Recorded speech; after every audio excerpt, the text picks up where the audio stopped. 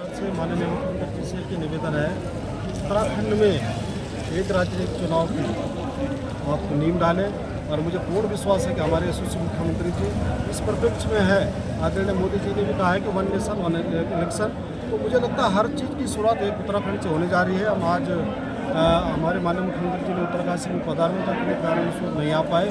हमारे यहाँ पर हमारे जनपद के प्रभारी मंत्री और भारतीय जनता पार्टी के प्रदेश अध्यक्ष हैं, हम उनको ज्ञापन सौंप रहे हैं। कम से कम उत्तराखंड से एक शुरुआत हो जाए, एक राज्य एक पंचायत चुनाव। और पंचायत के प्रतिनिधियों की जो मांग है, वास्तव में तो 2 साल कोविड पीरियड रहा, उस 2 साल में हमको कहीं पर भी किसी प्रकार का कोई कार्य करने का अवसर नहीं मिला है। हमने मीटिंगें नहीं कर पाई ग्राम पंचायत स्तर पर।